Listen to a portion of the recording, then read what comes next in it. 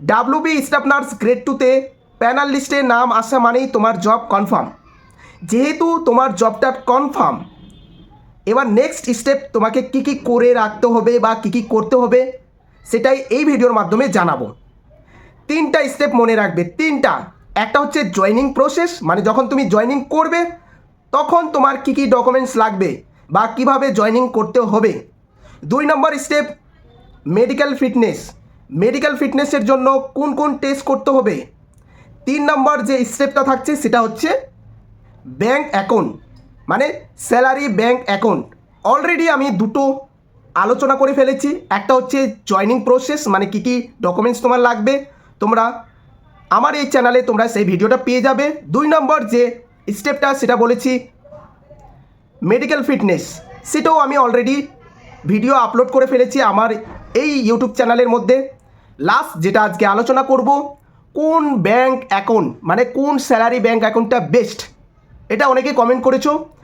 কোন ব্যাঙ্ক অ্যাকাউন্টটা আমি চয়েস করব, প্রাইভেট নাকি গভর্নমেন্ট, অনেকে কনফিউজ। তাই এই ভিডিওর মাধ্যমে ক্লিয়ার করার চেষ্টা করব কোন ব্যাঙ্ক অ্যাকাউন্টটা তুমি সিলেক্ট করবে এবং ডকুমেন্টস কী কী লাগবে সেটাও এই ভিডিওর মাধ্যমে আলোচনা করব। ফুল ভিডিওটা দেখার চেষ্টা করবে। চলো ভিডিওটা স্টার্ট করা যাক। তোমরা দেখতে পাচ্ছ best salary account for government employee, YouTube channel Ramiz official, WhatsApp number দেওয়া আছে। এরকম ভিডিও পেতে চাইলে অবশ্যই এই রামিজ অফিসিয়াল চ্যানেলটাকে সাবস্ক্রাইব করে রাখবে। চলো আমরা দেখে নেব সরকারি চাকরির ক্ষেত্রে, ভালো করে দেখবে, সরকারি চাকরির ক্ষেত্রে কোন ব্যাংকে স্যালারি অ্যাকাউন্ট খুলবে। অনেকে কমেন্ট করেছিলে দাদা আমরা কোন ব্যাংকে স্যালারি অ্যাকাউন্টটা খুলব, আমাদের প্যানালিস্টের নাম এসেছে। তো এটা নিয়ে আজকে ফুল ডিসকাস করব, ঠিক আছে, তোমরা সাথে থাকবে। তোমরা দেখতে পাচ্ছ সরকারি চাকরির ক্ষেত্রে কোন ব্যাংকে স্যালারি অ্যাকাউন্ট খুলবে, কোশ্চেন তোমাদের। এখানে বলবো প্রাইভেট নাকি গভর্নমেন্ট ব্যাংক। প্রাইভেট ব্যাংকেও খুলতে পারো, গভর্নমেন্ট ব্যাংকেও খুলতে পারো, তবে কোন ব্যাংকে তোমার বেনিফিটটা বেশি সেটার উপর তোমাদের লক্ষ্য রাখতে হবে। এখানে আমি বলে দিই কিছু প্রাইভেট ব্যাংকের নাম, লিস্ট তোমাদের দেখিয়ে দিই। প্রাইভেট ব্যাংক ইন ইন্ডিয়া, যেটা হচ্ছে অনেকগুলো আছে, এইচডিএফসি ব্যাংক, ঠিক আছে, আইসিআইসি ব্যাংক, অ্যাক্সিস ব্যাংক, এই যে ব্যাংকগুলোর নাম দেওয়া আছে এখানে টোটাল 21 প্রাইভেট ব্যাংকগুলোর নাম দেওয়া আছে, ঠিক আছে, তোমরা দেখতে পাচ্ছ। তবে এখানে জানাবো এই যে তোমাদের স্টার মার্ক দেওয়া আছে, এখানে টোটাল 4টা প্রাইভেট ব্যাংকের নামের পাশে স্টার মার্ক দেওয়া আছে, এগুলো হচ্ছে টপ ব্যাংক, ঠিক আছে, টপ ব্যাংকের নাম, ঠিক আছে, তোমরা ভালো করে দেখে নাও। যদি তোমরা প্রাইভেট ব্যাংক সিলেক্ট করতে চাও তাহলে এই 4টার মধ্যে যে কোনো একটা সিলেক্ট করতে পারো, ঠিক আছে। এবার বলে দিই প্রাইভেট ব্যাংক স্যালারি অ্যাকাউন্ট বেনিফিটটা কি সেটাও একটু আলোচনা করব। প্রাইভেট ব্যাংক মানে হচ্ছে বেসরকারি, সরকারি না। এখানে বলেছে ফাস্টার সার্ভিস অ্যান্ড ডিজিটাল ব্যাংকিং। ফাস্টার মানে কি, তোমাকে কিন্তু দাঁড়িয়ে থাকতে হবে না। যেমন তুমি এসবিআই ব্যাংকে অ্যাকাউন্ট খুলতে যাবে, অনেক দাঁড়িয়ে থাকতে হয়, কোনো প্রবলেম হলে সেটা তাড়াতাড়ি সলভ হয় না। কিন্তু প্রাইভেট ব্যাংকের ক্ষেত্রে, যে কোনো প্রাইভেট ব্যাংকের ক্ষেত্রে দেখবে ফাস্টার কাজ হয়, সার্ভিস দিয়ে দেয় খুব ফাস্ট, ঠিক আছে। Better credit card offer, lifestyle, তারপর শপিং, মুভি, ট্রাভেল, এগুলো কিন্তু অফার থাকে প্রাইভেট ব্যাংকের যে বেনিফিটগুলো। ইজি লোন অ্যাপ্রুভ, লোনের ক্ষেত্রে কোনো ঝামেলা নেই, ঠিক আছে, ইজি। এ হচ্ছে প্রাইভেটের কিছু বেনিফিট। এবার হচ্ছে আমরা গভর্নমেন্ট ব্যাংকগুলোর ক্ষেত্রে দেখে নেব। আগে নামগুলো দেখে নাও, State Bank of India, Bank of Baroda, তারপরে হচ্ছে Punjab National Bank, Canara Bank, এই যে ব্যাংকগুলো আছে অনেকগুলো আছে, দেখ ব্যাংকগুলো ভালো করে দেখো, টোটাল মোটামুটি 10 থেকে 12টা আছে। তার মধ্যে যে আমি স্টার মার্ক এখানে দিয়েছি 4টা, এই 4টার মধ্যে যে কোনো একটা তোমরা সিলেক্ট করতে পারো গভর্নমেন্ট ব্যাংক মানে সরকারি ব্যাংকের ক্ষেত্রে যদি তুমি চাও। এবার বলে দিই সরকারি ব্যাংক মানে সরকারি ব্যাংকের ক্ষেত্রে যে স্যালারি অ্যাকাউন্টটা করলে বেনিফিটটা কি। নো মিনিমাম ব্যালেন্স, তোমাকে কোনো ব্যালেন্স, জিরো ব্যালেন্সে তুমি কিন্তু খুলতে পারবে। ইন্স্যুরেন্স কভার এখানে থাকছে, লোন ডিসকাউন্ট, যখন তুমি লোন নিতে যাবে, হোম লোন, পার্সোনাল লোন, এই লোনের ক্ষেত্রে ডিসকাউন্ট থাকে সরকারির ক্ষেত্রে, সরকারি ব্যাংকগুলোতে লকার ডিসকাউন্ট থাকে, ওভারড্রাফট ফ্যাসিলিটি থাকে, ফ্রি ব্যাংকিং সার্ভিস থাকে। ওকে, এ হচ্ছে, তবে এখানে বলবো গভর্নমেন্ট ব্যাংকে এইরকম ফ্যাসিলিটিস সব ব্যাংকেই থাকে। এই যে লিস্টটা দিলাম তোমাকে 12টা, সব ব্যাংকের ক্ষেত্রে এরকম ফ্যাসিলিটি থাকে। এবার হচ্ছে স্যালারি অ্যাকাউন্ট ওপেন করার যে ডকুমেন্টসগুলো লাগে, এটাই তোমাদের ইম্পর্টেন্ট একটা টপিক।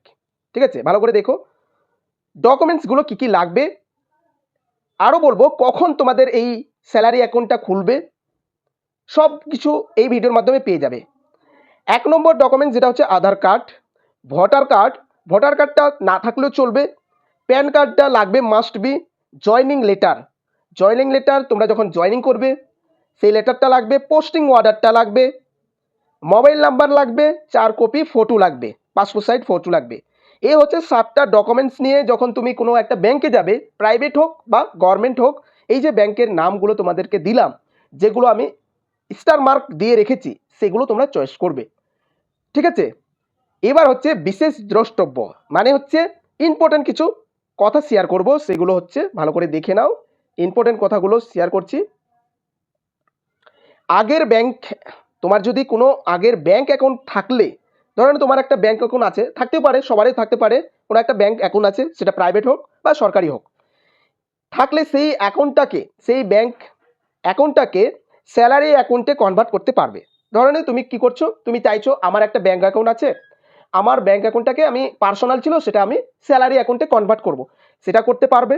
ঠিক আছে, আরেকটা কথা বলবো, নিউ স্যালারি অ্যাকাউন্ট তৈরি করতে পারবে।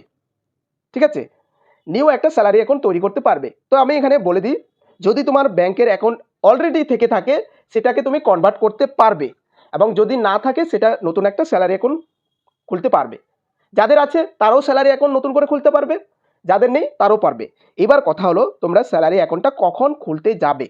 দেখো, তোমরা যখন জয়েনিং করবে, তোমাদের যে আগের পার্সোনাল যে অ্যাকাউন্ট নাম্বার থাকবে, ব্যাংক অ্যাকাউন্ট নাম্বার, সেটাকে কিন্তু সাবমিট করতে হবে।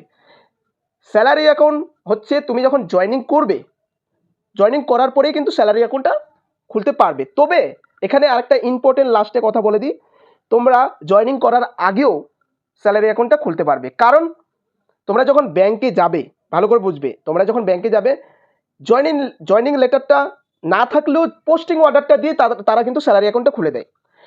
কারণ স্যালারি অ্যাকাউন্ট খোলার জন্য তারা অপেক্ষা করে আছে তোমাদের জন্য। তোমরা যখন যাবে, যদি তোমরা বলো আমি গভর্নমেন্টে চান্স পেয়েছি, আমার প্যানেল লিস্টে নাম চলে আসে এবং পোস্টিং অর্ডারটাও আমি পেয়ে গেছি, দেখবে যে কোনো ব্যাংকের ম্যানেজার তোমাকে কিন্তু ছাড়বে না, তোমাকে বলবে তোমরা স্যালারি অ্যাকাউন্ট এই আমাদের ব্রাঞ্চে তোমরা স্যালারি অ্যাকাউন্টটা খুলো।